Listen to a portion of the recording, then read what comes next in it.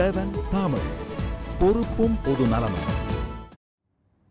சமீபத்தில் நடந்த நிகழ்ச்சி ஒன்றில் எங்களுடைய செய்தியாளரிடம் நடிகை அமலா பால் அளித்த பேட்டியை தற்போது உங்களுக்காக.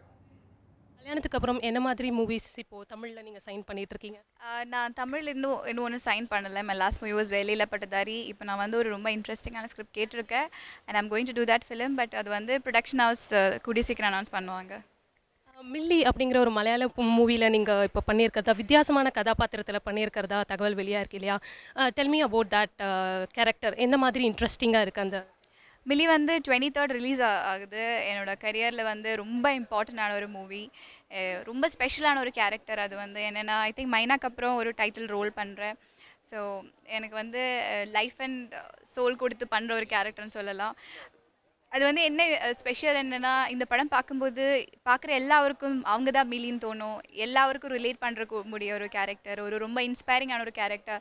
முக்கியமாக லேடிஸுக்கு வந்து இல்லைன்னா இப்போ பொண்ணுங்களுக்கு வந்து ரொம்ப இன்ஃபீரியர் காம்ப்ளெக்ஸ் இருக்கிற இல்லைன்னா ரொம்ப அவங்க ஷெல்லுக்குள்ளே வாழ்ந்துட்டு இருக்க மாதிரி பொண்ணுங்க இருப்பாங்க. அவங்க எல்லாம் கண்டிப்பாக இந்த படம் பார்க்கணும். It will be definitely a inspiration for them to do better in their life.